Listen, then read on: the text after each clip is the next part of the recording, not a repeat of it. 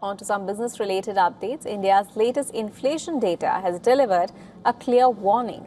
Food prices are once again becoming the biggest pressure point for households.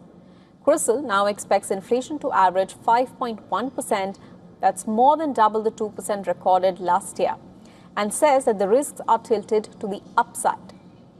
So, the question is, what is really putting pressure on the Indian kitchen? One answer is increasingly difficult to ignore. That's edible oil prices of packed sunflower oil that are up around 18%, palm oil around 14%, soya oil nearly 12%, groundnut oil over 9%, and mustard oil more than 7%. And unlike vegetables, where a good harvest can quickly bring prices down, edible oil prices are heavily exposed to what happens in global markets. That is because India imports more than half of its edible oil that it consumes. Palm oil comes largely from Indonesia and Malaysia, while soybean and sunflower oil are sourced from countries including Argentina, Brazil, Russia, and Ukraine. And that brings another global flashpoint into focus. That's the Black Sea. The Black Sea has become a critical front in the Russia-Ukraine war, not just for the two countries involved, but for global food markets. Russia and Ukraine are major suppliers of sunflower oil and sunflower products, and India is one of the world's largest buyers of sunflower oil. India has also increasingly turned to Russia for supplies as shipments from Ukraine have faced disruption. Now, the risk is not limited to sunflower oil.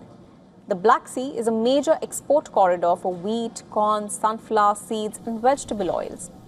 Ukraine sends around 90% of its agriculture exports through Black Sea ports and related routes. So attacks on ports, shipping, or export infrastructure can quickly tighten global supplies. But global supply shocks are only half of the story. India's own weather could determine how much more pressure food prices face. The monsoon began the year on a weak note, and the country is now watching El Niño, the warning of the tropical Pacific that can disrupt global weather patterns and is often associated with weaker or uneven monsoon rainfall in India.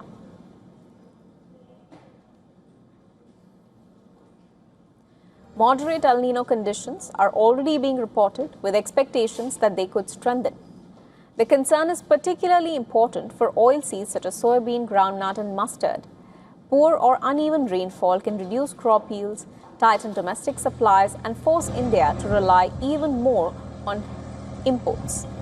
And weather risks are not limited to edible oils. They can affect cereals, vegetables, pulses, and livestock feed as well.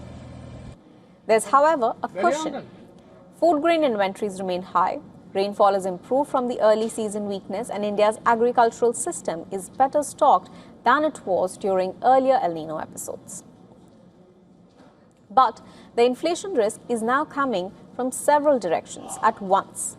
Global edible oil prices, Black Sea disruptions, higher energy and transport costs, and India's own monsoon and El Niño risks.